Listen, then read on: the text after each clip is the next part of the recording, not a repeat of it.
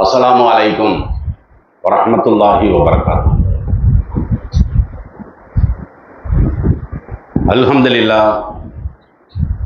அல்ஹம்துலில்லாஹி ரப்பில் ஆலமீன். ரலீது பில்லாஹி ரப்பன் வபில் இஸ்லாமி தீனன் வபி முஹம்மதின் நபியன் வ ரசூலா. அன்பினிய இஸ்லாமிய சொந்தங்களே, ஹிஜ்ரி 1447 ஆண்டு சங்கை மிகுந்த ரமதான் மாதத்தின் இரவு தொழுகையை கன்னியாகுமரி மாவட்டம் திருவிதாங்கோடு ஹத்தாதியா இறை இல்லத்தில் நிறைவேற்றியவர்களாக வழமையாக ஏற்பாடு செய்யப்பட்டிருக்கிற தொடர் நிகழ்ச்சியின் 7ஆம் நாளிலே நாம் எல்லாம் அமர்ந்திருக்கிறோம்.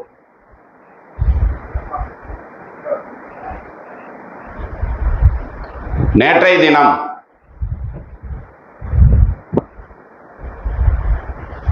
எதன் மூலம் ஒரு மனிதன் அதிகமாக கவலைக்கு உள்ளாக்கப்படுவானோ அந்த குடும்ப ரீதியிலே ஏற்படுகின்ற கவலைகளை எந்த முறையில் முஸ்லிம்கள் அணுக வேண்டும் என்பதை நபிகள் நாயகம் ஸல்லல்லாஹு அலைஹி வஸல்லம் அவர்களுடைய வரலாற்று சான்றுகளோடு சில செய்திகளை நாம் எடுத்து கூறினோம். இன்றைய தினம் ஹுன்சா என்று அரபியிலே சொல்லப்படுகிற 3ஆம் பாலினம் அரவாணிகள் என்று தமிழிலே அடையாளப்படுத்தப்படுகிற குறைபாடுடைய மனிதர்களை பற்றி இஸ்லாமிய மார்க்கம் என்ன சொல்கிறது என்பதை அறிந்து கொள்வதுதான் இந்த 7வது தொடரினுடைய முக்கியமான நோக்கம். ஏன்னா எல்லா மனிதர்களுக்கும் கவலைகள் இருப்பதை போல அரவாணிகள்னு சொல்றாங்க பாத்தீங்களா, அவர்களுக்கும் கவலை எல்லாம் என்ன செய்யும், அதிகமாகவே இருக்கும். ஏன்னா சமூகத்துல அவர்கள் எல்லாம் மரியாதைக்குரியவர்களாக பிற மனிதன் எவ்வாறு மதிக்கப்படுவானோ அந்த தோரணையிலே அவங்க பார்க்கப்படுறாங்க. அப்படி இல்லை, அவர்களுக்கு சரியான ஒரு இடத்துல வேலை கிடைக்காது. வேலைக்கு சேர்த்துவாங்களா? அவர் அரவாணியா இருக்கிறாருன்னு வைங்களேன், யாருமே வேலை கொடுக்க கூட என்ன செய்ய மாட்டாங்கன்னா முன் வர மாட்டாங்க. அதே மாதிரி ஒரு நபர்களுடைய குடும்பத்தில் அரவாணிகள் இருந்தார்கள் என்று சொன்னால் விசேஷ நிகழ்ச்சிகளுக்கு அவரை கூப்பிட்டு போவாங்களான்னு அப்படியெல்லாம் கூப்பிட்டு போக மாட்டாங்க. ஏன்னா அதை அவங்க என்ன செய்யறாங்க, அது ஒரு இழிவாக பார்க்கறாங்க. இந்த அரவாணிகளுடைய பெற்றோரே என்ன செய்யறாங்கன்னா, நமக்கு இப்படி ஒரு குழந்தை பிறந்துருச்சு அப்படின்னு சொல்லி அவங்களும் அசிங்கமா என்ன செய்யறாங்க, சமுதாயமும் அப்படி பார்க்குது, பெற்றோர்களும் அப்படித்தான் பார்க்கறாங்க. வெளியே சொல்ல மாட்டாங்களே தவிர அவர்களுடைய உள்ளத்துல என்ன இருக்குது, நம்ம என்னமோ ஒரு சாபத்திற்குரிய ஒரு பிள்ளையை பெற்றெடுத்த மாதிரி அவர்களும் கருதுறாங்க. இதெல்லாம் ஒரு மனிதனுடைய அழுத்தமா இல்லையா, மனசுல கவலை ஏற்படத்தானே செய்யும். எந்த அளவுக்குன்னு கேட்டா, அமெரிக்கன் ஃபவுண்டேஷன் ஃபார் சூசைட் அப்படின்னு சொல்லி ஒரு அமைப்பு அமெரிக்காவில் இருக்கிறது. இந்த தற்கொலை சம்பந்தமாக ஆய்வறிக்கை தரக்கூடியவர்கள் அவர்கள் இந்த அரவாணிகள்ட்ட என்ன செஞ்சிருக்கிறாங்க, பேட்டியெல்லாம் எடுத்திருக்கிறாங்க. அந்த அரவாணிகள்ல கிட்டத்தட்ட ஒரு 30-40% பேர் என்ன செஞ்சிருக்கிறாங்களா, தற்கொலை செய்திருக்கிறார்களா. காரணம் என்ன, அவங்க பெரிய பெரிய பாவம் செஞ்சாங்கிறனால இல்ல, ஆணை விட பெண்ணை விட நாம வித்தியாசமா இருக்கிறோமே அப்படிங்கிற காரணத்தினாலையும், சமுதாயம் அவர்களை பார்க்கக்கூடிய பார்வை இருக்கு பாத்தீங்களா, அதனாலேயே அவங்க என்ன செஞ்சிருக்கிறாங்கன்னா 30-40% வரை தற்கொலை தான் பண்றாங்க. மற்ற கவலைகளுக்கெல்லாம் நம்ம அதிகமாக என்ன செய்யறது இல்லை, தற்கொலையெல்லாம் பண்றது கிடையாது. ஆனா இவங்க பண்றாங்கல்ல, இவர்கள் செய்வதற்கு அடிப்படையான காரணம் என்ன, அவர்களுக்கு நம்ம தேவையான மருந்துகளை நம்ம கொடுக்கத்தானே வேணும்.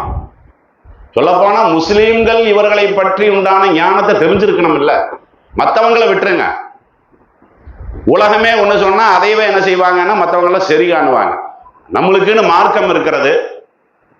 ஒன்னில ஒரு முஸ்லீம் குடும்பத்துல ஒரு ஆள் இப்படி பிறந்துட்டாருன்னு வைங்களேன், எப்படி நம்ம வளர்த்துறது?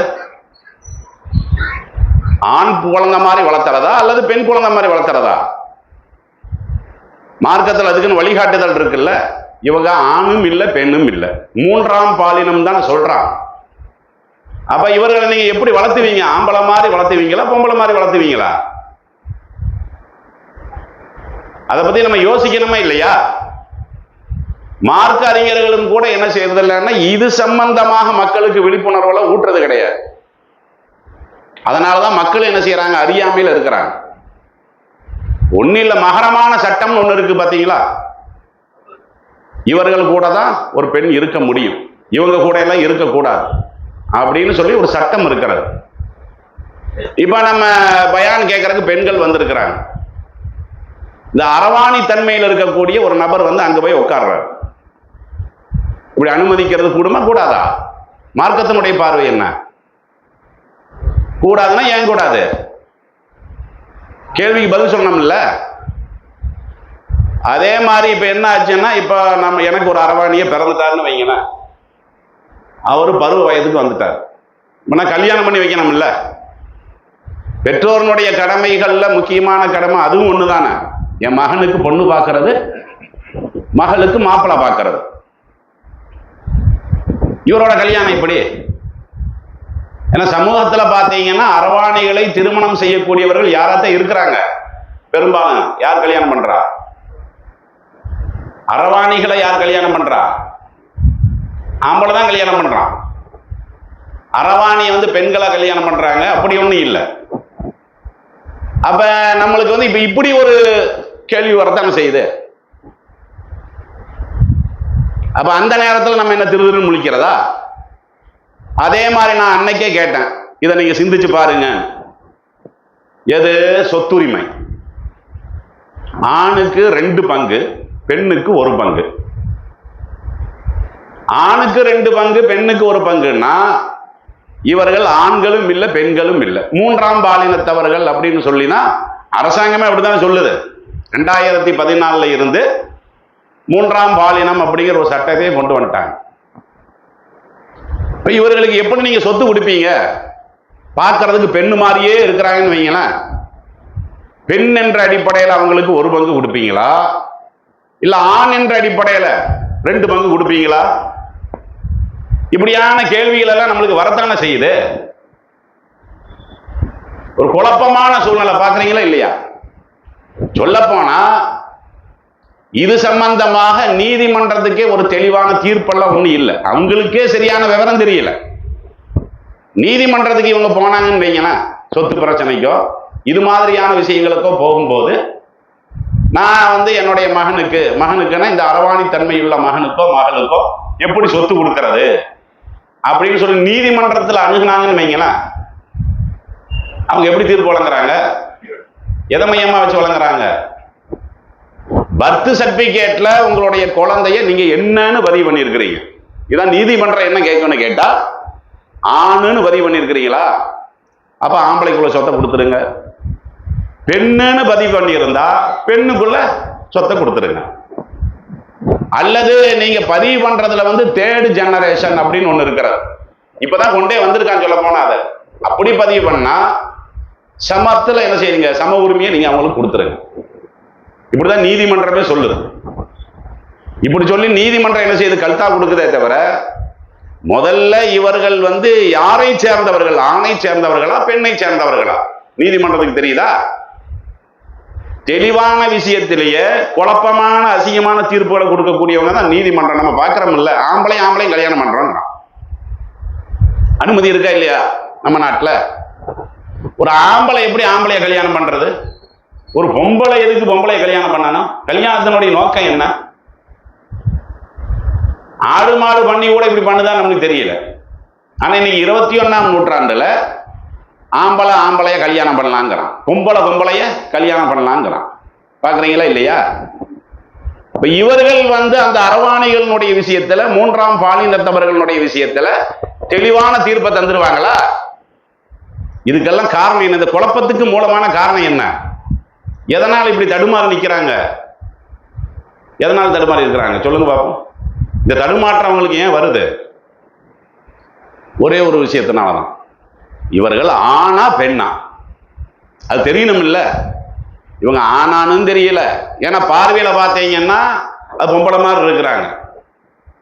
அவனை பேச சொல்லி பார்த்தீங்கன்னா ஆம்பளை மாதிரி இருக்கான். அப்படித்தான் இருக்குது. பார்க்கறதுக்கு என்ன ரொம்ப அழகான ஒரு பெண்ணு மாதிரி இருப்பாங்க. குரல் பார்த்தீங்கன்னா என்னப்பா நல்லா இருக்கிறீங்க இப்படி எல்லாம் கேட்பாங்க.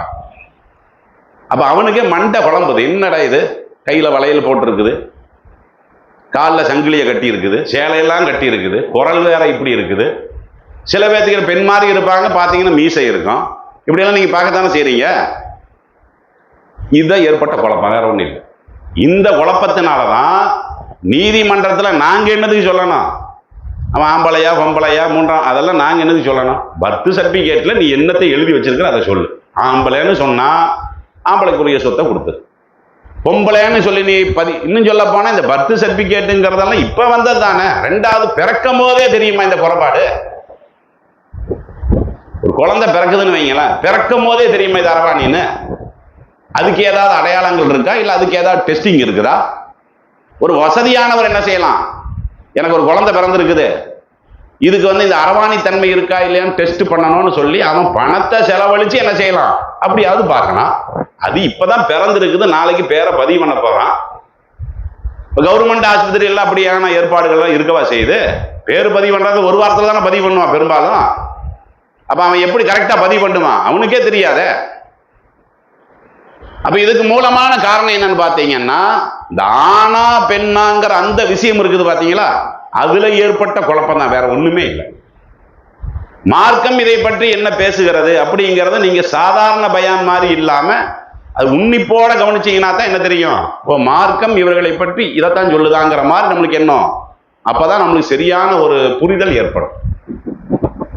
இஸ்லாமிய மார்க்கத்தை பொறுத்த வரைக்கும் இவர்கள் ஆனா பெண்ணாங்கிற ஒரு கேள்வி இருக்குது பாத்தீங்களா, அதுக்கு இஸ்லாம் விட சொல்லிடுது. அதனால எந்த விதமான குழப்பமும் இஸ்லாத்துல இல்லை. மற்றவர்கள்ட்ட அந்த குழப்பம் ஏற்படுறதுக்கு காரணம் அவன் ஆனா பெண்ணாங்கிற சந்தேகத்துல மூன்றாம் பாலினோங்கிறான். அதுக்காக வேண்டி தனி சட்டத்தை உருவாக்குறான். இஸ்லாத்துல இவன் ஆனா பெண்ணா, அதுக்கு பதில் சொல்லிட்டா எல்லாத்துக்குமே விட வந்துடும் இல்ல.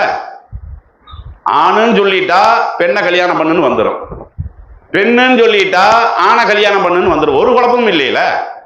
ஆண் தான் அப்படின்னு சொல்லி இஸ்லாம் சொல்லிருச்சுன்னு வைங்களேன், ஆம்பளைக்குரிய சட்டம் தான். அவனுக்கு சொத்துரிமை 2 பங்கு தான். இதுதானே யதார்த்தமான விஷயம். இதை புரிந்து கொள்றதா இருந்தா அல்லாஹ் ஜல்லஷானஹு தஆலா படைச்சிருக்கிறான் பாத்தீங்களா, அந்த படைப்பினுடைய அந்த விவரங்களை நம்ம என்ன செய்யணும்? முதல்ல தெரிந்து கொள்ளணும். எல்லாமல்ல அல்லாஹ் ஜல்லஷானஹு தஆலா தன்னுடைய வல்லமையை பறைசாற்றுவதற்காக பலவிதமான உயிர்களை என்ன செஞ்சிருக்கிறான்? இந்த உலகத்துல படைச்சிருக்கிறான். அதுல சில உயிர்களை பார்த்தீங்கன்னா 2 காலில் நடமாடும். இன்னும் சில உயிர்களை பார்த்தீங்கன்னா 4 காலில் நடமாடும். இன்னும் சில உயிர்களை பார்த்தீங்கன்னா காலெல்லாம் இருக்காது, வயிற்றுலயே நடமாடும். வயிற்றுல நடக்கக்கூடிய அது என்னது? பிராணி என்னது? பாம்பு. நம்ம எல்லாருமே விளங்கி வச்சிருக்கிறோம்ல. இந்த மாதிரி அல்லாஹ் ஜல்லஷானஹு தஆலா என்ன செய்யறான்னா குர்ஆன்லயே சொல்லி காட்டுறான். 24வது அத்தியாயத்தினுடைய 4வது வசனம், வல்லாஹு ஹலக குல்லு தாப்பத்தின் மின் மாயின். எல்லா படைப்புகளையும் அல்லாஹ் ஜல்லஷானஹு தஆலா நீரிலிருந்து படைத்திருக்கிறான். ஃபமின்ஹும் மை யம்சி அலா பத்னிஹி.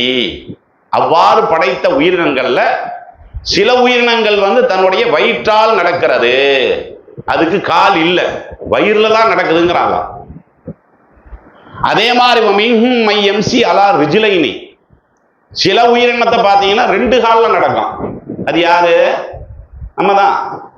2 காலில் நம்ம நடக்கிறோம் பார்த்தீங்களா. அப்ப 2 காலில் சில உயிரினம் நடக்குது. வமின்ஹும் மை யம்சி அலா அர்பஇன். இன்னும் சில உயிரினத்தை பார்த்தீங்கன்னா அது 4 கொண்டு நடக்கிறது அப்படின்னு சொல்லி என்ன செய்யறான்? அல்லாஹ் சொல்லி காட்டுறான். இப்படியெல்லாம் நான் படைக்கிறதுக்கு காரணம் என்னன்னு கேட்டா, யஹ்லுகுல்லாஹு மா யஷா. நான் நாடியதை நான் படைக்கிறேன், அவ்வளவுதான். எனக்கெல்லாம் நீங்க சட்டமெல்லாம் போட முடியாது, நீ இப்படித்தான் படைக்கணும், இன்னதுதான் படைக்கணும், இன்ன முறையில தான் படைக்கணும், சட்டமெல்லாம் போடுவீங்களா? நான் நாடியதை என்ன செய்வேன், படைப்பேன்னு சொல்லி அல்லாஹ் சொல்லிட்டு, இன்னல்லாஹ அலா குல்லி ஷைஇன் கதீர், எல்லா விஷயத்தையும் அல்லாஹ் அறிந்தவனாகவும் இருக்கிறான். அவன் அறிந்தவனா இருக்கிறதுக்கு மூல காரணம் என்னன்னு கேட்டா, அவன் பலம் பொருந்தியவனாகவும் இருக்கிறான் அப்படின்னு சொல்லி அல்லாஹ் ஜல்லஷானஹு தஆலா இது திருமறை குர்ஆனுடைய 24வது அத்தியாயத்தினுடைய 4வது வசனத்துல சொல்றான். இதுல இந்த தலைப்புக்கு சம்பந்தமே இல்லாம இருந்தா கூட ஒரு மார்க்க சட்டத்தை நம்ம என்ன செய்யணும், புரிந்து கொள்ளணும். தொழுகைன்னு ஒண்ணு இருக்குது பாத்தீங்களா மார்க்கத்துல.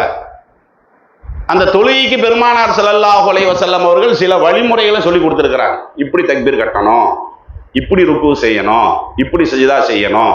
வழிமுறை இருக்கா இல்லையா? அந்த வழிமுறைகள்ல ஒண்ணு என்னன்னு கேட்டா, இப்ப நம்ம சஜிதாவுக்கு போறோம், ருக்குக்கு போயாச்சு, எந்திரிக்கிறீங்க, சஜிதாவுக்கு நீங்க போறீங்க. சஜிதாவுக்கு போற நேரத்துல முதல்ல இந்த உள்ளங்கைய வைக்கணுமா, முட்டிய வைக்கணுமா? எதை வைக்கணும்? உள்ளங்கையத்தானே வைக்கணும். சந்தேகம் ஏதாவது இருக்காதுல? இல்ல. காரணம் என்ன? காரணம் நபிகள் நாயகம் ஸல்லல்லாஹு அலைஹி வஸல்லம் அவர்கள் சொன்ன ஹதீஸ் இருக்கிறது. அழகா சொல்றாங்க பாரு. இதா சஜத அஹதுக்கும் ஃபலா யபுரு கமா யபுருக்குல் பஈர். ஒட்டக அமருது பாத்தீங்களா, அந்த மாதிரி நீங்க என்ன செய்யக்கூடாது, சஜிதாவுல போகக்கூடாது. மாத்தமா என்ன செய்யணும், வல் யலா யதைஹி கபல ருக்பத்தைஹி, உங்களுடைய முட்டியை வைப்பதற்கு முன்னால், ருக்குல இருந்து நீங்க சஜிதாவுக்கு போகும்போது உங்களுடைய முட்டியை வைப்பதற்கு முன்னால் கைய வைங்க அப்படின்னு சொல்லி நபிகள் நாயகம் ஸல்லல்லாஹு அலைஹி வஸல்லம் அவர்கள் சொன்ன ஹதீஸ் தெளிவா இருக்கிறது. அபூதாவுதுல 840வது ஹதீஸ், திருமதியில 268வது ஹதீஸ். தெளிவா இருக்கா இல்லையா? சரி, இப்ப அதுக்கு உதாரணமா என்ன சொல்றாங்க, ஒட்டகம் இருக்கிற மாதிரி நீங்க என்ன செய்யக்கூடாது, சஜிதாவுக்கு போகக்கூடாதுன்னு தான் சொல்றாங்க. ஒட்டகத்தினுடைய கை எது, கால் எது? 4 கால் நம்ம சொல்றோம்ல, ஒட்டகத்தினுடைய கை எது, கால் எது? ஒட்டகத்தை விட்டுருங்க, நீங்க இப்ப ஆடு மாடெல்லாம் பாக்குறீங்கல்ல, ஆடு மாடோட கை எது, கால் எது? முன்னுக்குள்ளது என்னது? முன்னுக்குள்ளது கை. சரி, அது என்ன முரண்பாடு? அங்கேயும் முரண்பாடு வந்தாச்சா? சில விஷயங்கள் இருக்குல்ல, நம்ம உன்னிப்பா கவனிச்சா தான், சிந்திச்சா தான் விளங்கும். மேல பாருங்க, இந்த ஃபேனை பாருங்க, ஃபேன் பாருங்க, ஃபேனை பாருங்க எப்படி சுத்துது, எந்த பக்கம் சுத்துது? வலது பக்கம் சுத்துதா? எந்த பக்கம், அதை சொல்லுங்க, இப்படி இப்படிங்க கூடாது, எந்த பக்கம் சுத்துது உங்க பார்வைக்கு? சொல்லுங்க, எந்த பக்கம் சுத்துது? இப்படி இப்படிங்கிறீங்க, இடது பக்கம் சுத்துது. ஒரு ஆள் என்ன செய்யறாருன்னா, இதுக்கு மேல ஏறாருன்னு வைங்களேன், மேல இருந்து இப்ப இதே ஃபேனை பாக்குறாரு, எப்படி சுத்துது? அப்ப எது சரி? நீங்க சொன்னது சரியா, இல்ல இப்ப அவரு சொல்றது சரியா? நீங்க சொல்றதும் சரி, நீங்க பார்த்த பார்வை, அவரு சொல்றதும் சரி, அவரு பார்த்த பார்வை. ஆனா சரி ஒண்ணு தானே. எவனாவது ஃபேன் எப்படி சுத்துதுன்னா, நில்லுங்க நான் மேல போய் பாட்டு வரேன்னு எவனா சொல்லுவான்? கரெக்டான பார்வை என்னது? நாம சொல்றதான் கரெக்டான பார்வை. ஏன்னா நம்மளுக்கு ஃபேனுங்கிறது காத்து மேல போகுது கீழே போகுது, ஃபேனுடைய அம்சம் என்ன? காத்து வரணும், அவ்வளவுதானே. இப்போ ஒருத்தன் மேல ஏறி நின்று அவனுக்கு காத்தா வரும், மேல வராது இல்ல. அப்ப உன்னிப்பா கவனிச்சாதான் என்ன செய்யணும், சில விஷயங்கள் நம்மளுக்கு புரியுங்க. அதே மாதிரி ஒட்டகத்தினுடைய கால் எது, கை எது அப்படிங்கிறத நாம என்ன செய்யணும், முதல்ல புரிந்து கொள்ளணும். ஒட்டகத்தை நீங்க விட்டுருங்க, ஒரு ஆடை நீங்க இப்ப கற்பனை கொண்டு வாங்க, ஆட்டுக்கு கால் எது, கை எது அப்படின்னு சொன்னா அதை நீங்க கரெக்டா விளங்கிட்டீங்கன்னா இந்த ஹதீஸ் என்ன சொல்லுதுன்னு விளங்கும். ஏன்னா இப்ப இவரு சொன்னார்ல, நீங்க என்ன சொன்னீங்க? நீங்க சொல்லுங்க, கையை வைக்கணும் நீங்க. ஆனா ரசூலுல்லாஹ் சொல்றாங்க பாருங்க அந்த ஹதீஸ்ல, அதுக்கு தான் அந்த ஹதீஸை கவனிங்க. என்ன, இதா சஜத அஹதுக்கும் பலா எபுருக்கு கமா எபுருக்குல் பஈரி, ஒட்டகம் உட்கார்ற மாதிரி நீங்க உட்காராதீங்க. நீங்க என்ன பண்ணணும், வல் யலா யதைஹி கபல ருக்பத்தைஹி, உங்க முட்டியை வைப்பதற்கு முன்னால் கையை வைக்கணும். இதுக்கு மாத்தியார் சொன்னா, இதுக்கு மாத்தமா யார் சொன்னா? யாரோ ஒரு ஆள் சொன்னாங்களே. அதாவது கையது காலதுங்கிறது ஒரு சிம்பிளான விளக்கம் தான். அது கை இருக்கு பாத்தீங்களா, இந்த இப்படி மடங்கு, இப்படி மடங்கு கைங்கிறது, காலுங்கிறது பேக்கில் மடங்கு. இப்ப ஆடா இருந்தாலும் சரி மாடா இருந்தாலும் சரி, அதுக்கு நம்ம கை மாதிரி மடங்கிறது எது? பேக்கில் உள்ளதுதான். அப்ப ஆடு மாடு ஒட்டகத்துக்கெல்லாம் கை எதுன்னு கேட்டா பின்னாடி உள்ளதுதான். விளங்குதா உங்களுக்கு? அதே மாதிரி நம்மளுக்கு இப்ப திடீர்னு கொசு கடிக்குது, நம்ம என்ன செய்வோம்? கையில தான் இப்படி சொரியும். ஆடு மாடெல்லாம் எதுல சொரியுது? பேக்ல தான் சொரியும். அப்ப கை எதுக்கு நம்ம பயன்படுத்துறோமோ அதுக்கு பயன்படுத்துறது இந்த கால்நடைகள் இருக்குது ஆடு மாடுகளுக்கு, அது பின்னாடி உள்ள கால் தான். அப்ப பின் காலுன்னு நம்ம சொன்னா கூட அது என்னதான்? அது ஒட்டகத்தினுடைய கையே. இப்ப நீங்க ஹதீஸ பாருங்க, தெளிவா புரியும். புரியுதா உங்களுக்கு? இது இப்ப உங்களுக்கு விளங்குது இல்ல?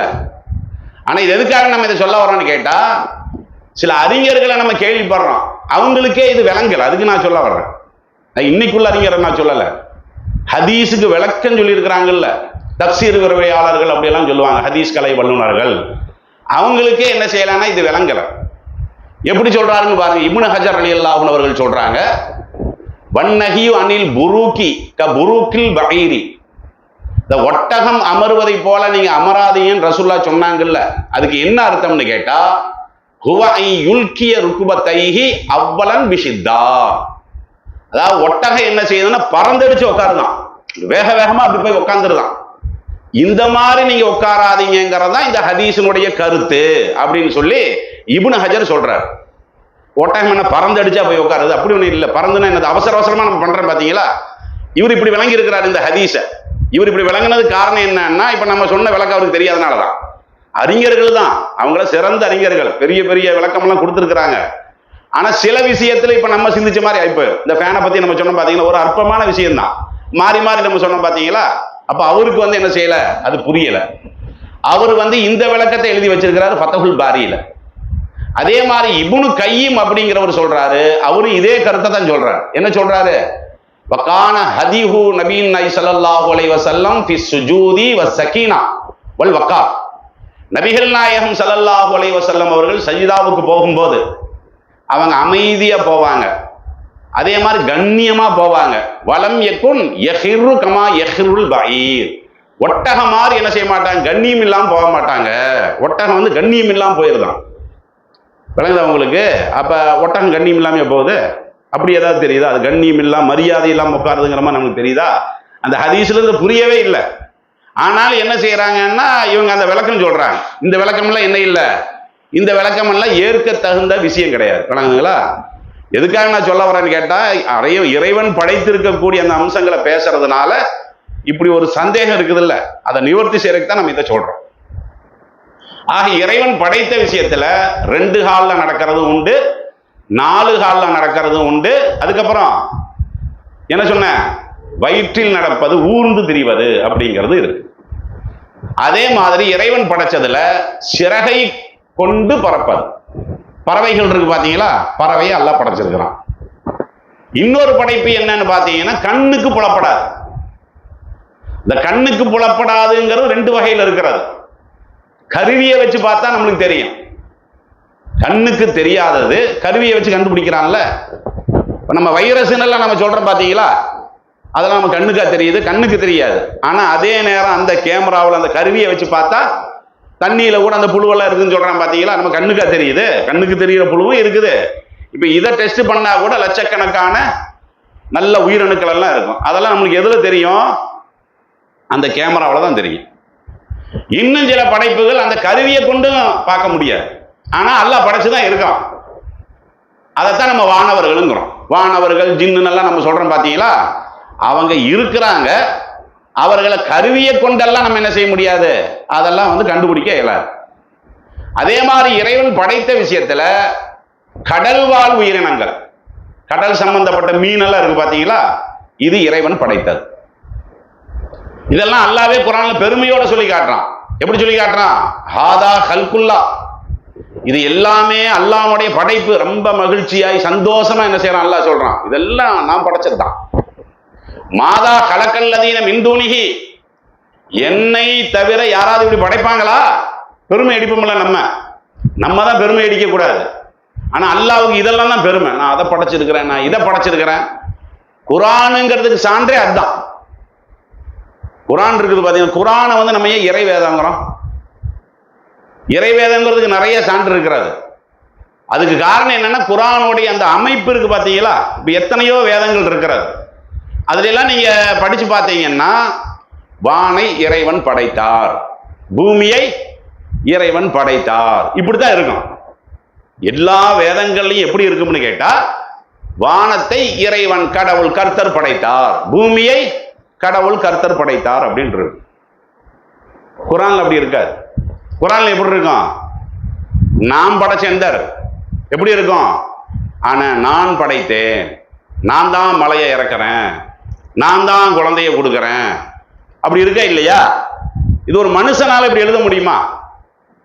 சொல்லவாவது முடியுமா? நான் தான் வானத்தை படைச்சேன் எனக்கு சொல்ல முடியுமா? நீங்க சொல்ல முடியுமா? நபிகள் நாயகம் இப்படி சொல்ல முடியுமாங்கிற. அப்ப அந்த வாசக அமைப்பு இருக்கு பாத்தீங்களா. ரமதான் மாதமா இருக்கிறதுனால குரானுடைய சிறப்புகளில் இதையும் ஒரு சிறப்பாக, இறைவேதத்திற்குரிய சிறப்பாக நம்ம என்ன செய்யணும்? புரிந்து கொள்ளணும். எல்லாமே இந்த அதிகாரத்தோரணை தான் இருக்கு. நான் நரகத்தை தூக்கி போட்டுருவேன், நான் உனக்கு சொர்க்கம் கொடுப்பேன், இப்படி எல்லாம் நீங்க பார்க்கத்தானே செய்றீங்க. அதே மாதிரிதான் அல்லாஹ் கேட்கிறான், ஆதா கல்குல்லா, இதெல்லாம் நான் படைத்தவர்கள். மாதா கலக்கல்லதீன மின் தூணிகி, என்னல்லாத வேற யாராவதால இதெல்லாம் படைக்க முடியுமா? வயிற்றுல நடக்கிற மாதிரி, 2 கால்ல நடக்கிற மாதிரி, 2 கால்ல நடக்கிறதெல்லாம் அறிவு வச்சு பார்த்தீங்கன்னா சாத்தியமே இல்லை. கீழே உளுந்துருவோம் நம்மெல்லாம். அவ்வளோ பெரிய பாரத்தை இந்த 2 காலில் நம்ம என்ன செய்யறோம்? நடக்கிறோம். இதெல்லாம் அல்லாஹ் என்ன பண்றான்னா அற்புதமா சொல்லி காட்டுறான். ஏன்னா என்ன மாதிரி உங்களுக்கு படைக்க முடியாதுங்கிறது தான். அல்லாஹ் படைச்சிருக்கிறான் பாத்தீங்களா. எல்லாத்துலயும் மனுஷன் வந்து குறை கண்டுபிடிக்கிறான்ல. அல்லாஹ்வுடைய படைப்புக்கும் மனிதனுடைய கண்டுபிடிப்புக்கும் வித்தியாசம் இருக்கிறார். நாத்திகம்னு சொல்லி ஒரு கூட்டத்தார்கள் இருக்காங்க பாத்தீங்களா. அவன் உருவானதுக்கே காரணம் என்னன்னா, அவன் தன்னை அறிவாளிங்கிறான். ஆனா அவனை விட அடிமுட்டால் வேற யாரும் இல்லை. படைப்பது அப்படி சொல்றதுக்கும் கண்டுபிடித்தல் என்பதற்கு வித்தியாசம் இருக்கா இல்லையா? இவன் எல்லாத்தையுமே கண்டுபிடிச்சிட்டு இவன் என்ன நினைக்கிறான்னா, இவனே உருவாக்கணுமா நினைச்சிட்டு இருக்கான். இதெல்லாம் மனுஷன் தானே கண்டுபிடிச்சான், செவ்வாய் கிரகத்துக்கு மனுஷன் கண்டுபிடிச்சிட்டான், இப்படி எல்லாம் பெருமையா கண்டுதான் பிடிச்ச. படைச்சது யாரு? படைப்புக்கும் கண்டுபிடிக்கிறதுன்னு சொன்னாவே ஒண்ணு இருந்தா தானே கண்டுபிடிக்க முடியும், இல்லாத ஒன்னையா கண்டுபிடிக்க முடியும்? நீ வந்து மறைஞ்சதை நீ கண்டுபிடிக்கிற, அவ்வளவுதான் விஷயம். விஞ்ஞானிக்கு நம்மளுக்கு உண்டான வித்தியாசம் என்ன? மறைஞ்சு ஒண்ணு இருக்குது, அதை நீ வந்து இந்த காலத்துல கண்டுபிடிக்கிற, அவ்வளவுதான். இஸ்லாம் என்ன கேட்குது? நீ மறைஞ்சதை தான் நீ கண்டுபிடிச்ச, அது எப்படி வந்துச்சு அந்த இடத்துல? அதான இஸ்லாம் கேள்வி கேட்குது. அதுக்கு தான் அல்லாஹ் என்ன பண்றான்? என்ன மாதிரி யாரு படைக்க முடியும் முதல்ல அதை சொல்லுங்க, இல்ல நீங்களாவது படைச்சு காட்டுங்களேன். அல்லாஹ்வுடைய படைப்புக்கும் மனிதனுடைய கண்டுபிடிப்பு இருக்குல்ல. இப்ப பாட்டல் ஒண்ணு இருக்கு, குட்டி போடுமா இது? மனிதன் எதை உருவாக்கினாலும் சரி, டிவியா இருந்தாலும் சரி, மொபைலா இருந்தாலும் சரி, என்னவா இருந்தாலும் சரி, மனிதனால் உருவாக்கப்பட்ட எதுவுமே என்ன செய்யாது?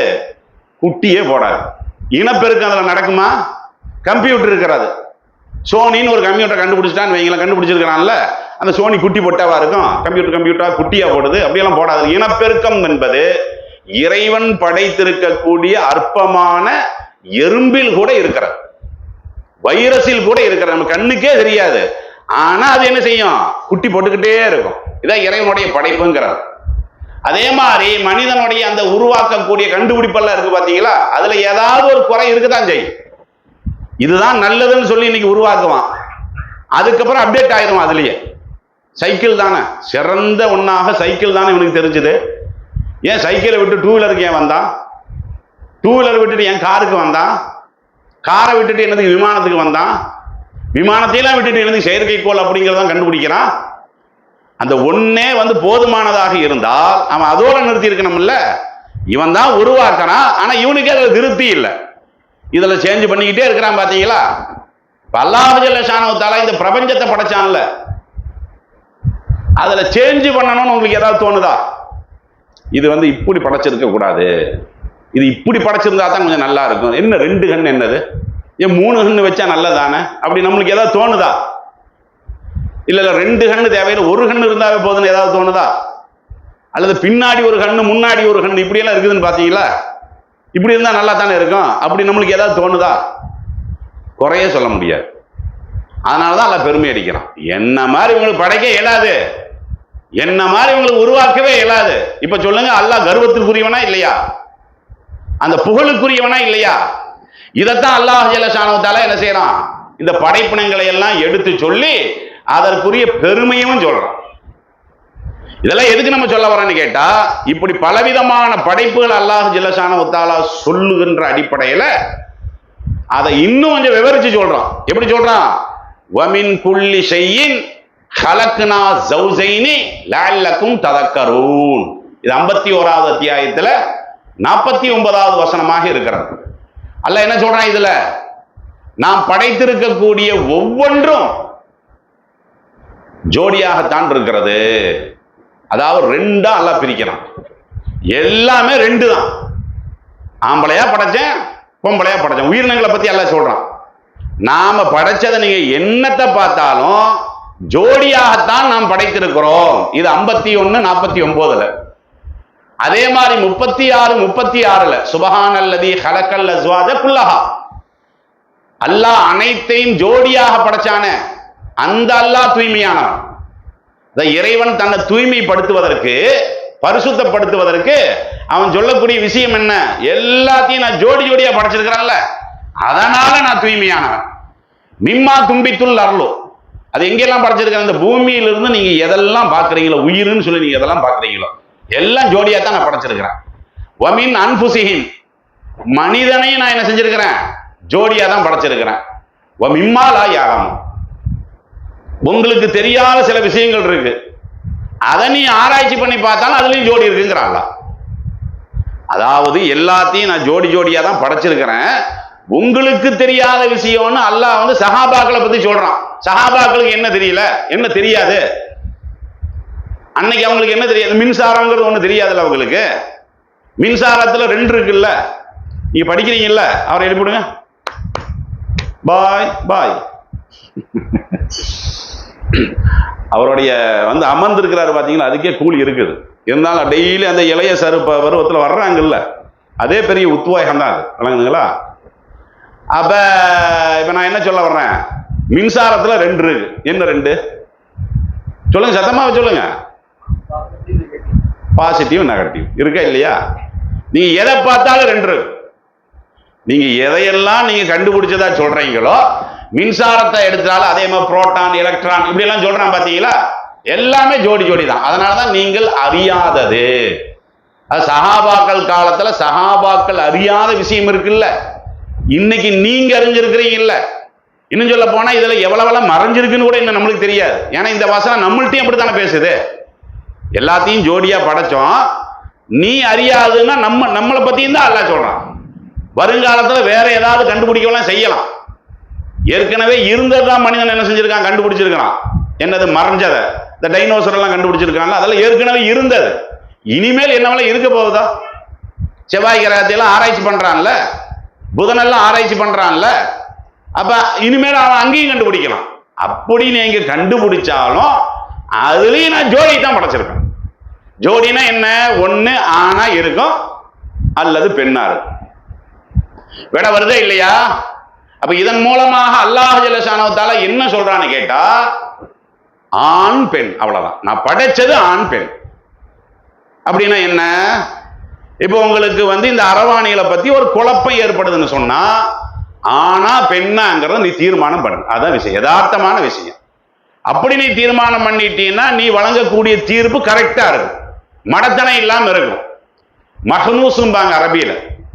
அரபியில இந்த மாதிரியான அரவாணிகள் இருக்கிறாங்கல்ல, அவங்களுக்கு வந்து மஹ்னூஸ்னு பேர். பெருசா வேணாம், ரொம்ப நீங்க அத பெரிய ஆராய்ச்சி பண்ணி இவங்க ஆம்பளையா பொம்பளையா அப்படிலாம் பயங்கரமான ஆராய்ச்சி எல்லாம் தேவையில்லை. ஆணுக்கும் பெண்ணுக்கும் சில மறுக்க முடியாத வித்தியாசங்கள் எல்லாம் இருக்கும். உடல் உள்ளுறுப்புலையும் இருக்கும், வெளித்தோற்றத்திலையும் இருக்கும். சிலது வந்து வெளித்தோற்றத்தை விட உள்ளுறுப்பு இருக்கு பாத்தீங்களா, அது ரொம்ப பளிச்சுன்னு தெரிவிக்கும். உதாரணமா பாத்தீங்கன்னா, குழந்தை பிறக்குது இல்ல, யாருக்கு பிறக்கும்? பெண்களுக்கு தான் பிறக்கும். இப்ப யாரையெல்லாம் இவங்க அரவாணிகள்னு சொல்றாங்களோ அவங்களுக்கு குழந்தை பிறக்குமா? கல்யாணம் பண்ணுவாங்க, அது நம்மளுக்கு தெளிவா தெரியும். அவங்களுக்கு குழந்தை பிறக்குமா? பிறந்ததுன்னா அது பொம்பளை தான். பிறந்தவங்களுக்கு அதாவது திருமணம் செய்யறாங்க, அவன் சொல்றான் நான் ஆம்பளை இல்லைன்னு, அவளே சொல்றான் நான் பொம்பளை இல்லைன்னு. அப்படிப்பட்டவர்கள் கல்யாணம் பிறந்து அவங்க பொம்பளை தானே, அவங்க கூட சேர்ந்தால் ஆம்பளை தானே. இதான யதார்த்தமா உங்களுக்கு புரியுதா இல்லையா?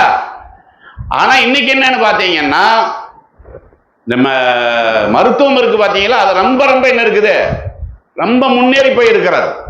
இன்னைக்கெல்லாம் அதுல நம்ம குழம்ப வேண்டிய அவசியமே கிடையாது. அரவாணிகள்னா யாரு நல்லா புட்டு புட்டுன்னு வைக்கத்தானே செய்யறான். இது எல்லாமே குறை சம்பந்தப்பட்டது, நல்லா விளங்கிக்கணும். இப்போ ஒருத்தன் நொண்டியா இருக்கிறான்னு வைங்களேன், நொண்டியா இருந்தா ஒன்னு ஆம்பளையா இருப்பான் பொம்பளையா இருப்பான், அவ்வளவுதானே தவிர நொண்டிங்கிற காரணத்தினால அவன் மூன்றாம் இனத்தை சேர்ந்தவனா, குருடுங்கிற காரணத்தினால அவனை மூன்றாம் இனம் அப்படின்னு கொண்டு போய் நம்ம வைப்போம்? அப்படி வைக்க மாட்டோம்ல. அப்ப இது குறைபாடுகளை என்ன செய்யறாங்கன்னா இனம் மாதிரி பிரிக்கிறாங்க. எப்படி நீ அந்த குருட்டு தன்மைய மனிதனுடைய பிறப்பில் ஏற்பட்ட குறையாக நீ பார்க்கிறையோ, எப்படி அந்த ஊனத்தை மனிதனில் ஏற்பட்ட குறையாக பார்க்கிறையோ, அதே மாதிரிதான் இந்த அரவாணிகளுடைய தன்மை இருக்குத. ஆம்பளை மாதிரியே இருக்கிறாங்கல்ல சில பேர் பொம்பளை மாதிரியே இருக்கிறாங்கல்ல. அதுக்கெல்லாம் அடிப்படையான காரணம் என்னன்னா, அது ஒரு குறைதான். குறையா பார்க்கணுமே தவிர இனமா பார்க்காதீங்க என்று இஸ்லாமிய மார்க்கம் ரொம்ப தெளிவா சொல்லுதா இல்லையா? இன்னைக்கு டெஸ்டிங் பண்ணாமல, டெஸ்டிங் பண்ணாம இருந்தா கூட நடைமுறையில நம்மளுக்கு காட்டத்தானே செய்யும். சில இயல்புகள் இருக்கு பாத்தீங்கன்னா, அந்த இயல்புகளை வச்சே நம்ம என்ன செய்யலாம், சில விஷயங்களை தெளிவான முறையில நம்ம அறிந்து கொள்ளலாம். அதனாலதான் உமர் ரலியல்லாஹு அன்ஹு அவர்கள் என்ன செய்யறாங்க, அவங்க காலத்திலையும் சொத்துரிமை பிரச்சனையெல்லாம் இருக்குதானே செஞ்சது. உமர் ரலியல்லாஹு அன்ஹு அவர்கள் சொத்துரிமை விஷயத்துல அவங்க சொன்ன தகவல் முஸன்னஃப் அப்துர் ரஸாக், சுனனுல் பைஹகி என்ற 2 நூலிலும் பதிவாக்கப்பட்டிருக்கிறது. என்ன சொல்றாங்க, யூரசுல் ஹுன்ஸ மின் ஹைசி யபூலு. இந்த அரவாணி தன்மையில் இருக்கிறாங்கல்ல, அதான் ரெண்டும் கெட்ட நிலைன்னு நீங்க சொல்றீங்கல்ல, அவர்களுக்கு நாம எப்படி சொத்துரிமையை கொடுப்போம்னு கேட்டா, அவர்களுடைய அந்தரங்கத்தை பார்த்து நாம் கொடுப்போம். ஆண் பெண் அப்படிங்கிற அந்தரங்கம் இருக்கு பாத்தீங்களா, அதை பார்த்து நான் கண்டுபிடிச்சுக்குவேன். நீ சேலையவே நீ கட்டிட்டு வந்தாலும் சரிதான், அப்படி மினுமினுப்பா பெண் குரல் மாதிரியே நீ பேசினாலும் சரிதான், அல்லது நீ ஆம்பளை மாதிரி பேசினாலும் சரிதான், சொத்து பிரச்சனை நம்மள்கிட்ட வந்துட்டியா, உங்க சொத்து வேணும் இல்ல, சொத்து வேணும்னா நீ தெளிவா சொல்லிடு. ஏன்னா அது சம்பந்தப்பட்டவங்களுக்கு அது தெரியத்தான் செய்யும், நல்ல விலையும் கொள்ளணும். இப்ப அரவாணிகள்னு சொல்றாங்கல்ல, அவங்களுக்கு தெரியும் நம்மள்கிட்ட அதிகமாக எந்த தன்மை இருக்குன்னு அவங்களுக்கு தெரியும். என்னை பத்தி எனக்கு தெரியும் இல்ல, உங்களை பத்தி உங்களுக்கு தெரியும் இல்ல. அதே மாதிரி அரவாணிகளை பொறுத்த வரைக்கும் அவர்களுக்கு தெரியும் நம்மள்கிட்ட ஆம்பளை தன்மை இருக்குது, ஆனா சின்ன ஒரு குறைபாடு பெண் தன்மை இருக்குதுன்னு அவங்களுக்கு தெரியும். ஏன்னா அவர்கள் இந்த மூளை இருக்கு பாத்தீங்களா, இப்ப நம்மளுக்கெல்லாம் ஒரு வகையான மூளை இருக்கு. இந்த அரவாணிகளுடைய மூளையை பார்த்தீங்கன்னா சில பேர்த்துக்கு தான், அதாவது பெண்களுக்கு மூளை அமைப்பு இருக்குல்ல, அதுல ஒரு காவாசி அதுல உள்ள ஆம்பளைக்கு இருக்கும். அதே மாதிரி ஆணுடைய மூளை அமைப்பு மாதிரி ஒரு காவாசி பொம்பளைக்கு இருக்கும். விளங்குதா உங்களுக்கு சொல்றது? அது ஏன் அவங்கள்ட்ட வித்தியாச வேறுபாடு தெரியுதுன்னு கேட்டா, அந்த பெண்ணோட மூளை அமைப்பு இருக்குல்ல, அது முழுசா இருந்தா பொம்பளையாவே இருப்பாங்க. ஆனா அப்படி இல்லாம, இப்ப உதாரணமா ஒரு பெண்ணுடைய மூளை 100%, அதுல ஒரு 20% மட்டும் ஒரு ஆம்பளைக்கு பொம்பளை மாதிரி இருக்கு அந்த அமைப்பு. அதே மாதிரி ஒரு பொம்பளைக்கு ஆம்பளையினுடைய மூளை அமைப்பு இருக்குல்ல, அதுல ஒரு 20% மாதிரி இவங்களுடைய அமைப்பு இருக்கும். இதெல்லாம் இன்றைக்கு மருத்துவத்துல ரொம்ப தெளிவா என்ன செய்யறாங்க, சொல்லத்தானே செய்யறாங்க. ஆனா உமர் ரலியல்லாஹு அன்ஹு காலத்துல இப்படி எல்லாம் பார்க்க முடியாது இல்ல, மூளையெல்லாம் கழட்டி எடுத்து அவருக்கு பார்க்க முடியும். அவருக்கு வெளிரங்கத்துல அந்த காலத்துல எல்லாத்துக்குமே அப்படித்தானே தெரியும். ரெண்டாவது அவர் போட்ட சட்டமும் ரொம்ப ஒரு நுணுக்கமா தான் போட்டிருக்காரு.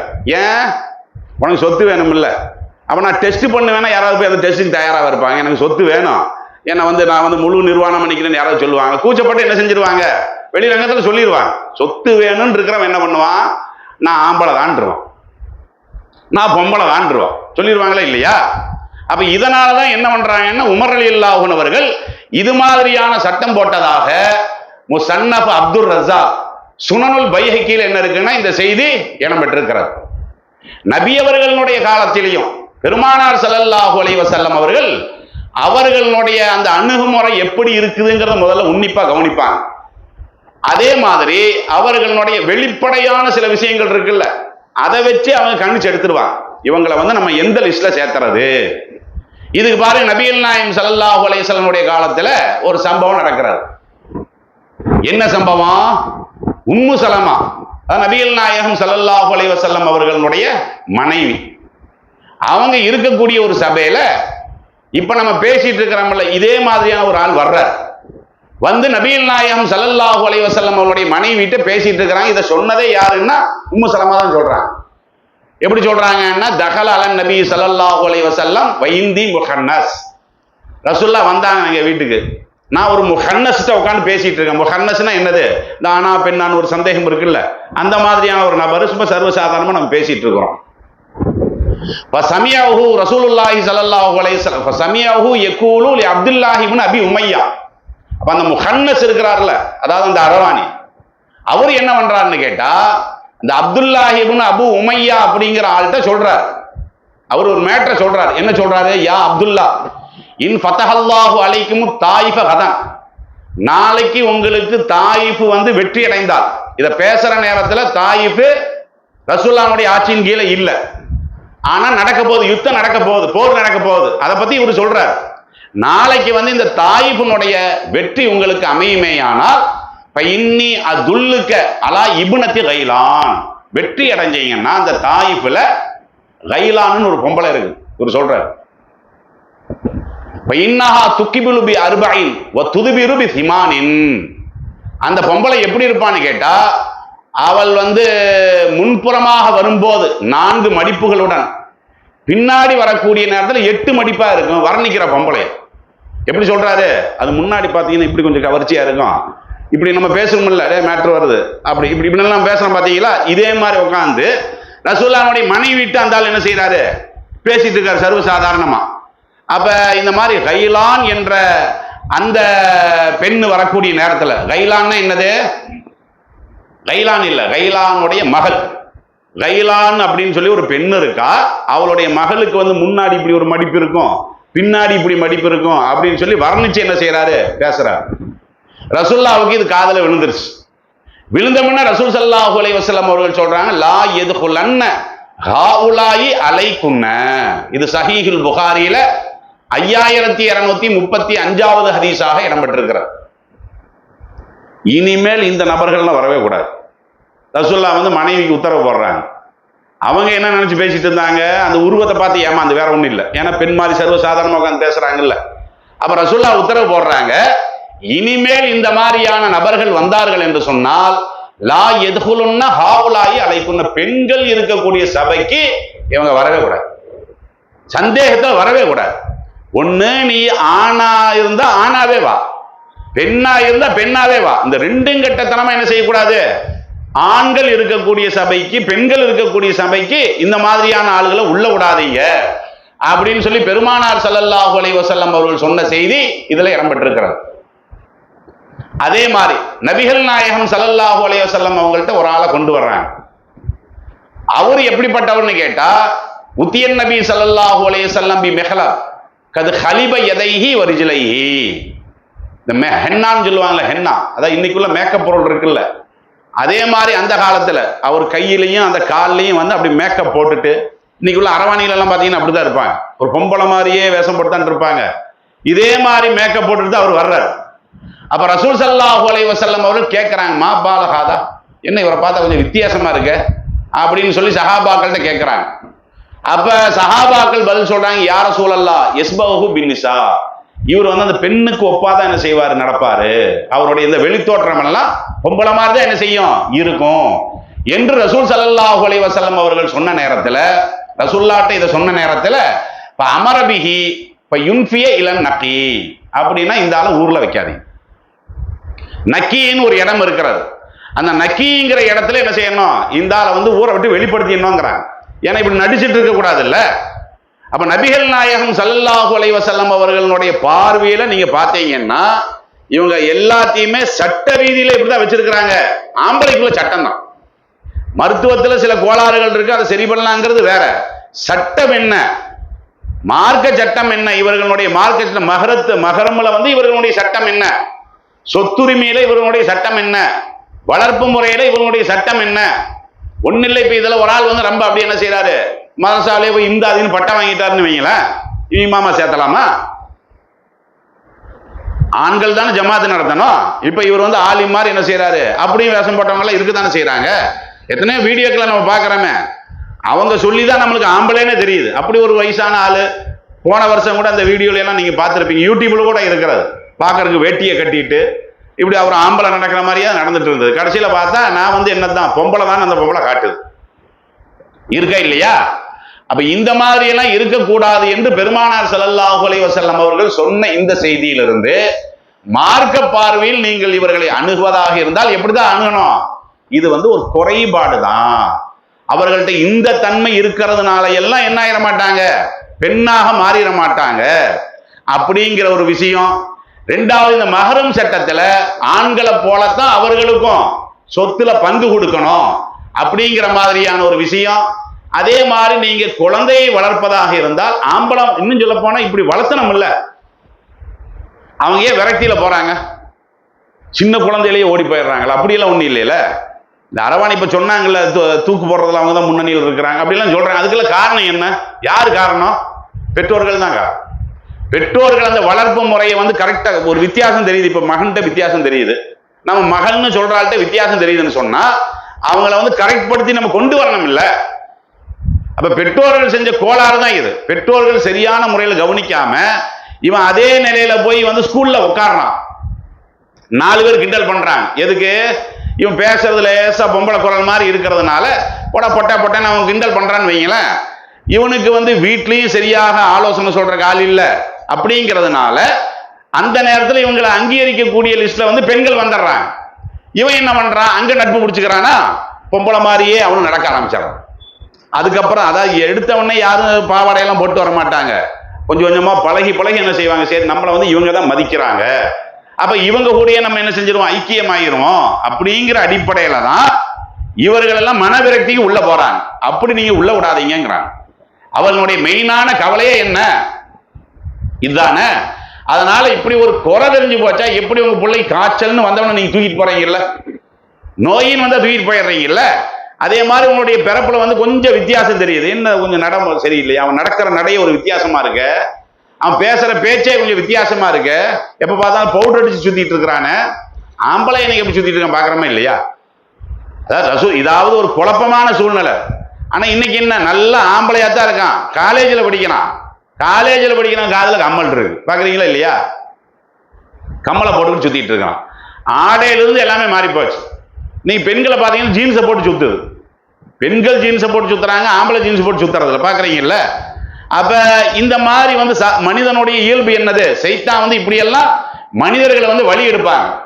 இப்னு ஹுஸாமா ரலியல்லாஹு அன்ஹு அவர்கள் சொல்றாங்க, இந்த முக்னி என்ற கிதாப்ல இருக்கிறது, அல் ஹுன்ஸல் முஸ்கில், இந்த ஹுன்ஸா இருக்கிறாங்கல்ல, ஹுன்ஸானா இந்த அரவாணிகள் சம்பந்தப்பட்டதை சொல்றாங்க.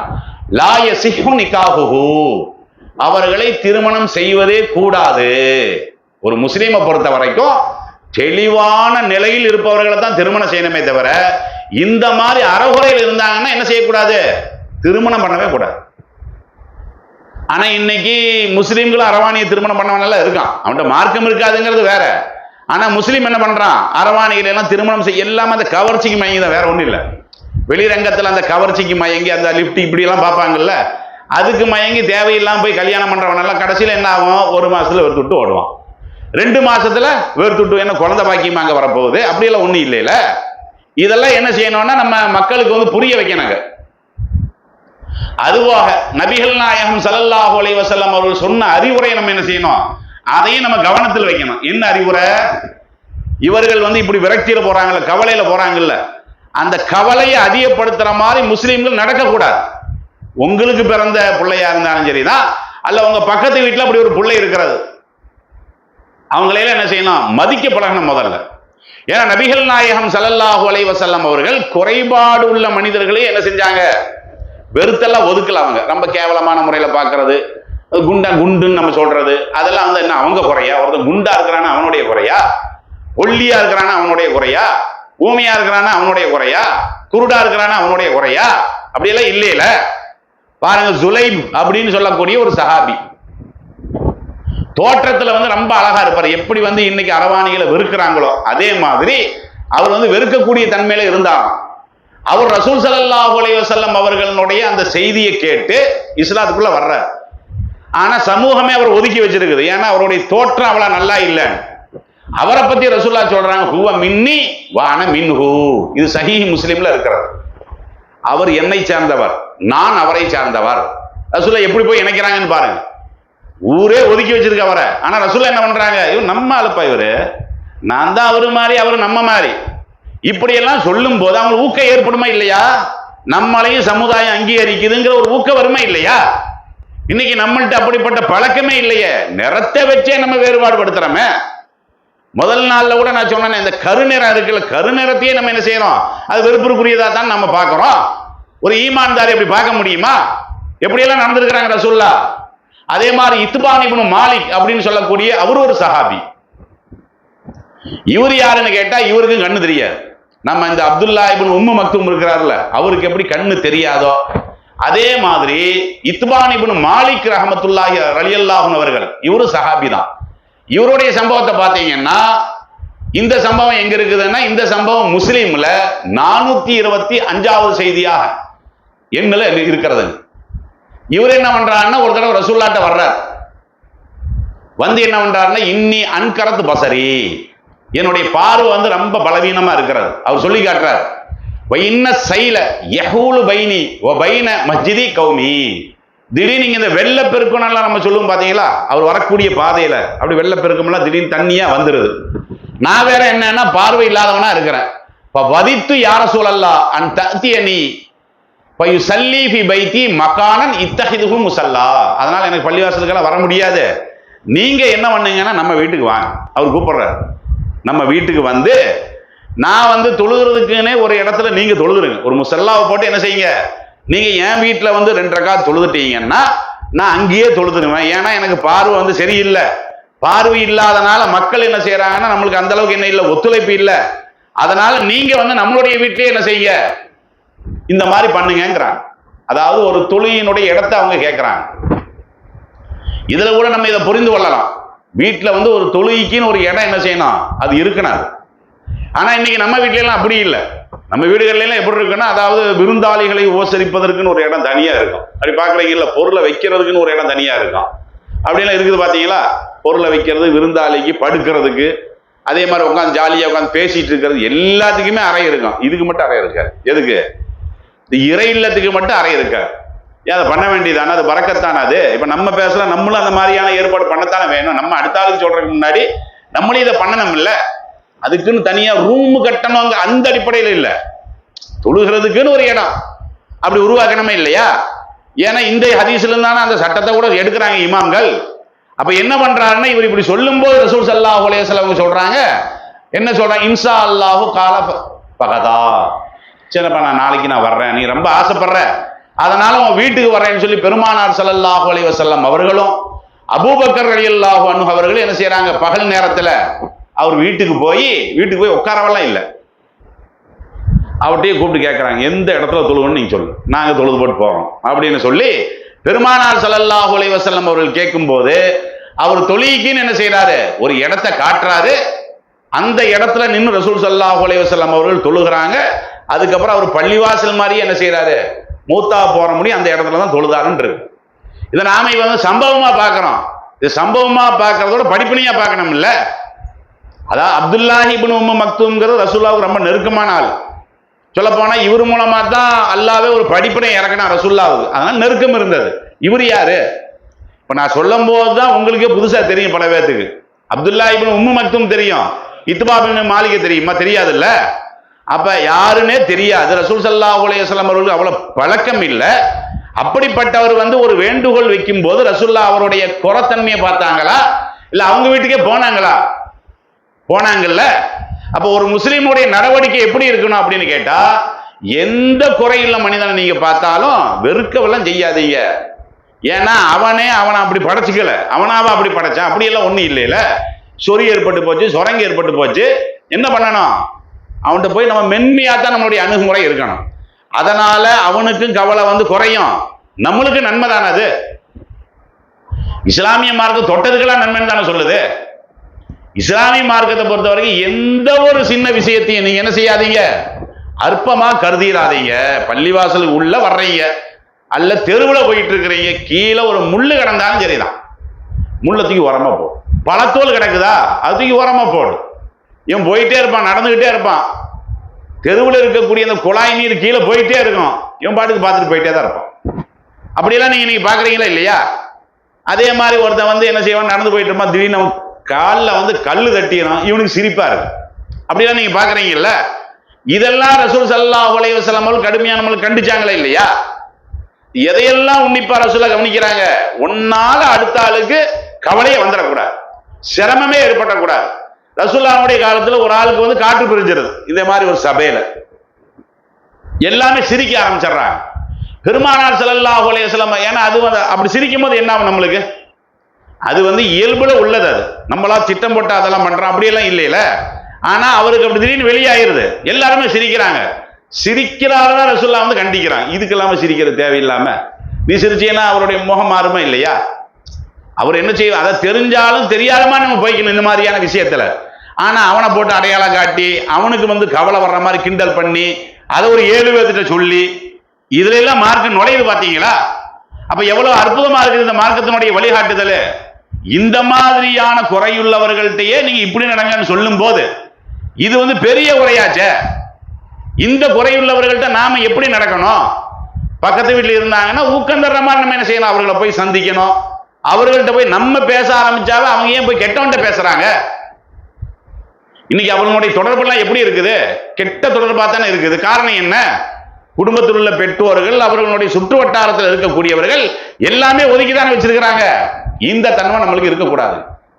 அதே மாதிரி இன்னைக்கு இருக்கிறாங்க பாத்தீங்களா, யார் இந்த அரவாணிகள்னு சொல்லக்கூடிய ஆளு, இவர்களும் என்ன செய்யணும், தங்களுடைய நிலையை மாத்திக்கணும். மக்கள் வெறுக்கிறாங்கன்னு ஏன் வெறுக்கிறது காரணம் என்ன?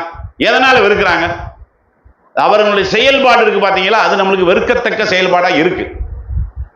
பிச்சை எடுக்க வர்றாங்கன்னு வைங்களேன், கையேந்தி வர்றாங்க, நம்ம எல்லாத்துக்குமே நம்ம கொடுக்க தான் செய்வோம். இந்த ரயில்வே ஸ்டேஷன்ல எல்லாம் நிற்பாங்க, ஒன்றும் இல்லை. இந்த நேரத்தில் நீங்க கன்னியாகுமரி போய் பாருங்க, பீச்சில் போய் நடந்து பாருங்கன்னா அவ்வளவு வெறுப்பு வரும் நம்மளுக்கு. ரொம்ப ஒரு என்ன செய்வாங்கன்னா ஒரு கீழ்த்தரமா தான் நடப்பாங்க. அது சும்மா கேட்டா சும்மா தர்மம் தாங்கன்னு கேட்க வேண்டியதானே, சும்மா இப்படி இப்படிங்கிறது, வந்தவன இப்படி தலையை போட்டு தடவுறது, இப்படி குத்துறது, இதெல்லாம் வெறுக்கத்தக்க விஷயம் தானே இது. அப்ப நீங்க அப்படி நடக்கக்கூடாதுல்ல. ஏற்கனவே இவன் உங்களை ஒதுக்கி வச்சிருக்கான். ஒதுக்கி வச்சவன்ட்ட நீங்க அனுசரணையா அன்பா நீங்க பண்பா போனோமா மறுபடியும் இந்த மாதிரி கீழ்த்தரமான செயல்பாடுகளில் ஈடுபடுறதா? அரவாணிகளுடைய தொழிலே என்ன? இந்த மாதிரி வம்படியா பிச்சை எடுக்கிறது, இல்லைன்னா என்னது ரொம்ப அசிங்கமா அந்த விபச்சார தொழில ஈடுபடுறது, வேற ஒண்ணும் இல்லை. அது பாக்குறீங்கல்ல. இந்த நார்கோயில் சம்பந்தமா கூட போட்டாங்களே, நார்கோயில பஸ் ஸ்டாண்ட் இருக்கு பாத்தீங்கன்னா, அந்த கழிப்படத்துல, இது 2 வருஷத்துக்கு முன்னாடி வந்த செய்தி தான் இது. கழிப்படத்தை சுத்தி இவனுக்கு நிக்கிறது, போகக்கூடிய ஆம்பளைவெல்லாம் என்ன செய்யறது, தேவையில்லாம தப்பான காரியங்களுக்கு கூப்பிடுறது. இப்படி இருந்தா யாரு மதிப்பா? அப்ப ஓம் குறைய நீயே பெரிய குறையாத்தான் நீ அதை காட்டுற, நீயே குறையாத்தான் நடக்கிற. அசிங்கமா காட்டும் போது உன்னை எப்படி சமுதாயம் மதிக்கும்?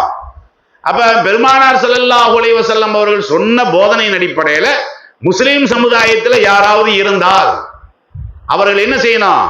அதெல்லாம் ஒரு பெரிய குறையாவே எடுக்கக்கூடாது. இதுன்னு குறையா இது? எத்தனை பேர் நொண்டி இருந்தாங்க, முடவனா இருந்தாங்க, அப்படி இருந்தாங்க, இப்படி இருந்தாங்க, இதெல்லாம் ஒரு பெரிய மேட்டராப்பா, அல்லாஹ் தான் நம்மளுக்கு இதை வழங்கி இருக்கிறான் அப்படின்னு சொல்லி அவங்க என்ன செய்யணும், தன்னை முன்னிறுத்த நம்மள சமுதாயத்துல. நீ மருத்துவம் வளர்ந்துதான் இருக்கு, மருத்துவத்துறைக்கு போக வேண்டியதானே. இந்த மாதிரி எனக்கு இப்படி ஒரு குறை இருக்குது, அது வெளி தோற்றத்தில் ஒரு ஆம்பளை மாதிரி தெரியுது, அல்லது வெளி தோற்றத்தில் ஒரு பொம்பளை மாதிரி தெரியுது அப்படின்னு சொல்லி மருத்துவத்துக்கு போய் அதை கரெக்ட் பண்ணலாமா இல்லையா? இவங்க பண்றதெல்லாம் என்ன பண்ணுவாங்கன்னா போய் எல்லாமே பொம்பளை வேஷமா மாத்திக்குவாங்க, பெண்கள் மாதிரி. ஏன்னா இன்னைக்கு நவீன டெக்னாலஜி எல்லாம் இருக்கு பாத்தீங்களா, சில ஊசி எல்லாம் போட்டா சில சதைகள் எல்லாம் அப்படி பெருசா ஆகிற மாதிரி, கையில போட்டீங்கன்னா கை சதை பெருசா வரும், காலில் போட்டீங்கன்னா கால் சதை பெருசா வரும். இப்படி தன்னை பொம்பளையாவே காட்டிக்கிறாங்களே தவிர என்ன போய் செய்யணும் மருத்துவத்துல, எனக்கு இந்த தன்மை இருக்கிறது, இதை நீங்க குணப்படுத்துங்கன்னு சொன்னா. இப்ப உதாரணமா இந்த மூளை இருக்கு, நான் ஏற்கனவே சொன்னேன்ல, மூளையில ஒரு பகுதி பெண்ணு மாதிரி இருக்குன்னு, அதுல ஏதாவது உங்களுக்கு தேர்வு பண்ண முடியுமா? அப்படி எல்லாம் கேட்டா அவன் பண்ணுவான்ல. அவன் எத்தனையோ அதிசயமான ட்ரீட்மெண்ட்களை எல்லாம் பண்ணிட்டு தான் இருக்கிறான். 700 கிலோ 800 கிலோ உள்ளவனை எல்லாம் 400 கிலோவா மாத்திட்டு இருக்கிறான்ல. ஆளை பார்த்தா இப்படி இருப்பான், முன்னாடி எல்லாம் போட்டுட்டு இருந்தான். நேஷனல் ஜியோகிராஃபின்னு சொல்லுவாங்கல்ல, டிஸ்கவரி, அதுல எல்லாம் பாருங்க வித்தியாசமான மனிதர்கள் எல்லாம் இருக்காங்க. யூடியூப்ல கூட நீங்க அடிச்சு பார்க்கலாம். நீங்க யூடியூப்ல அடிச்சு பார்த்தா கூட வித்தியாசமான மனிதர்கள் எல்லாம் பார்க்கத்தானே செய்றீங்க.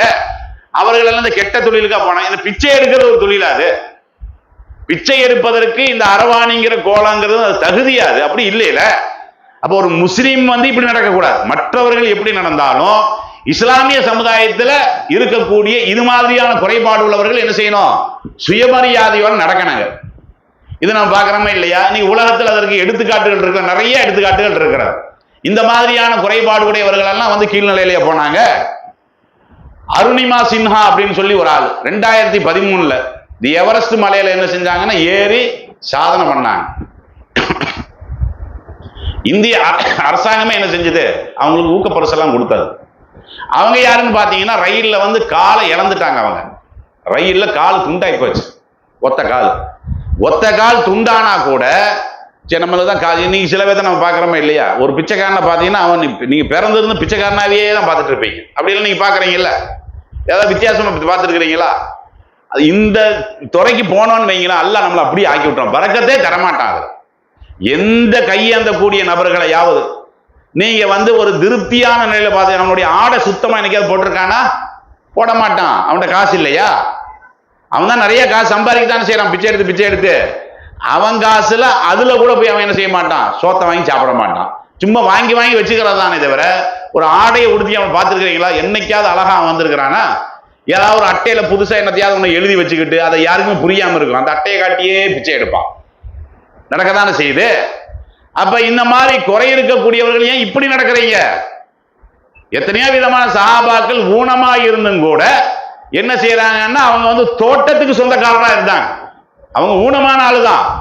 ஊனமா இருந்தாலும் ஒரு தோட்டத்துல வேலை செய்து அந்த தோட்டத்தையே அவர்களே சொந்தமாக்கக்கூடிய அளவிற்கு தன்னுடைய குறையவெல்லாம் பெருசுபடுத்தாம அதை சகிச்சுக்கிட்டு நடந்தாங்களா இல்லையா? இது மாதிரியான மக்களுக்கு நம்ம செய்தி எடுத்து சொல்லணும்ல. இதெல்லாமே நம்ம என்ன செய்யறோம்? வரலாற்று நூல்கள்ல வந்து நம்ம பார்க்கிறோம். அதே மாதிரி பாகிஸ்தான்ல முனிபா மசாரி இவங்க 2016 என்ன செஞ்சாங்க? அரசாங்கத்து சார்பாக பரிசு வாங்கினாங்க. இவங்களும் யாருன்னா விபத்துல வந்து 2 காலம் அவங்களுக்கு போயிடுச்சு. வீல் சேர் நம்ம பாக்குறீங்களா? மாடலா வீல் சேர் பாக்குறீங்கல்ல? இதை கண்டுபிடிச்சதே அவங்க. இந்த தயாரிக்க வீல் சேர்னு இருக்கா இல்லையா? அதாவது ஊனமானவர்கள் போறதுக்குன்னு உள்ள சேர். அந்த ஊனமானவர்கள் போறதுக்குன்னு உள்ள சேர்ல பல மாடல் இருக்கிறது. அதுல குஷன் போட்ட மாதிரி, இப்படி சரீர மாதிரி, இதெல்லாம் வந்து இவங்களே வந்து அதுல பலவிதமான நுணுக்கங்களை பயன்படுத்தி ஊனமானவர்கள் நிம்மதி ஒரு கார்ல போற மாதிரி, ஒரு 2 வீலர்ல நம்ம போற பாத்தீங்களா? அந்த மாதிரியான நிலையில் இருக்கக்கூடிய சேரையெல்லாம் இதெல்லாம் இப்ப நான் சொன்ன எல்லாமே பெண்கள் தான். பாருங்க, குறைபாடு இருந்தது. அந்த குறைபாடை யோசிச்சுக்கிட்டா இருந்தாங்க. நம்மள்ட்ட குறைபாடு இருக்கு, ஆனா நம்மள்ட்ட என்ன திறமை இருக்கிறது அப்படின்னு பார்த்து அவர்கள் முன்னேறி வந்தாங்களா இல்லையா? அப்ப இந்த மாதிரி அந்த ஊனமானவர்கள், குறிப்பாக அரவாணிகள், தங்களை வந்து மருத்துவ ரீதியாக என்ன செய்யணும்? கரெக்ட் பண்ணணும். நான் ஆம்பளை தாங்கிறத அவங்க வெளிக்காட்டணும். சமுதாயமே என்ன செய்யக்கூடாது? அவர்களை புறக்கணிக்க கூடாது. அப்படிங்கிற இந்த செய்தியை உள்வாங்கி இதை சமுதாயத்திற்கு நாம் எத்தி வைக்கக்கூடிய வேலைகளில் ஈடுபட வேண்டும் என்று கேட்டு இந்த உரையை இத்தோடு நாம் நிறைவு செய்கிறோம்.